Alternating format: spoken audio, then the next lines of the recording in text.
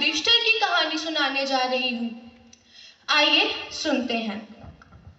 महाराज युधिष्ठिर प्रजा ही नहीं, देवों और ऋषि मुनियों के भी प्रिय राजा थे।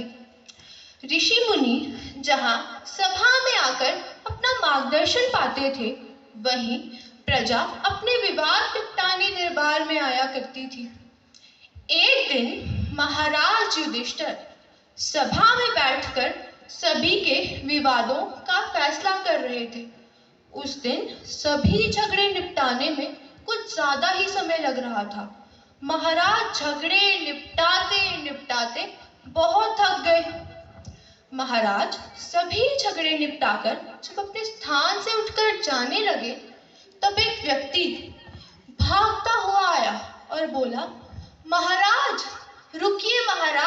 रुकिए, मेरी भी समस्या का समाधान कर दीजिए महाराज। परंतु महाराज थक चुके थे। महाराज उन्हें कहते हैं, मैं तुम्हारी समस्या का समाधान कल करूंगा, तुम कल ही आना। परंतु वह महाराज के सामने गिड़गिड़ाने लगता है, नहीं महाराज, मेरी समस्या का समाधान आज ही कर दीजिए महाराज। परंतु महाराज उसे कहते हैं, मैं बहुत थक चुका हूँ, क्या पता मैं इसका कोई गलत निर्णय ले लूं, इसलिए तुम कल आना।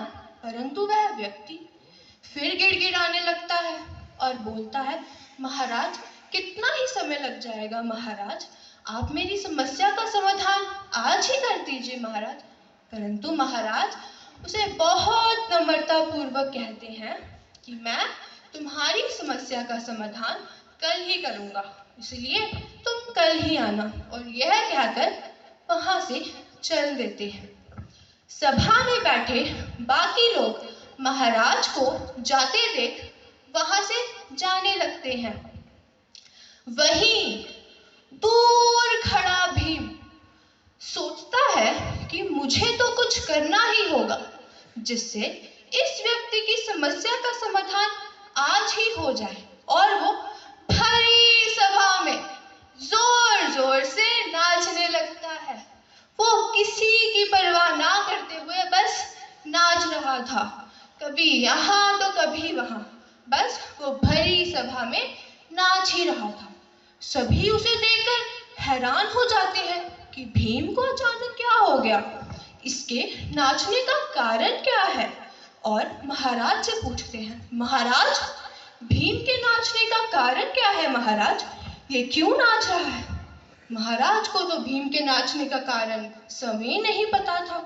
वो बोलते हैं, मैं तुम्हें क्या बताऊं, भीम के नाचने का कारण तो मैं स्वयं नहीं जानता। और महाराज भीम को अपने पास बुलाते हैं और बोलते हैं, भीम तुम क्यों नाच रहे हो, तुम्हारे नाचने का कारण क्या है, कारण तो बताओ। तो भीम उन्हें पता है क्या कहता है, भीम उन्हें कहता है, महाराज आपके देश को तो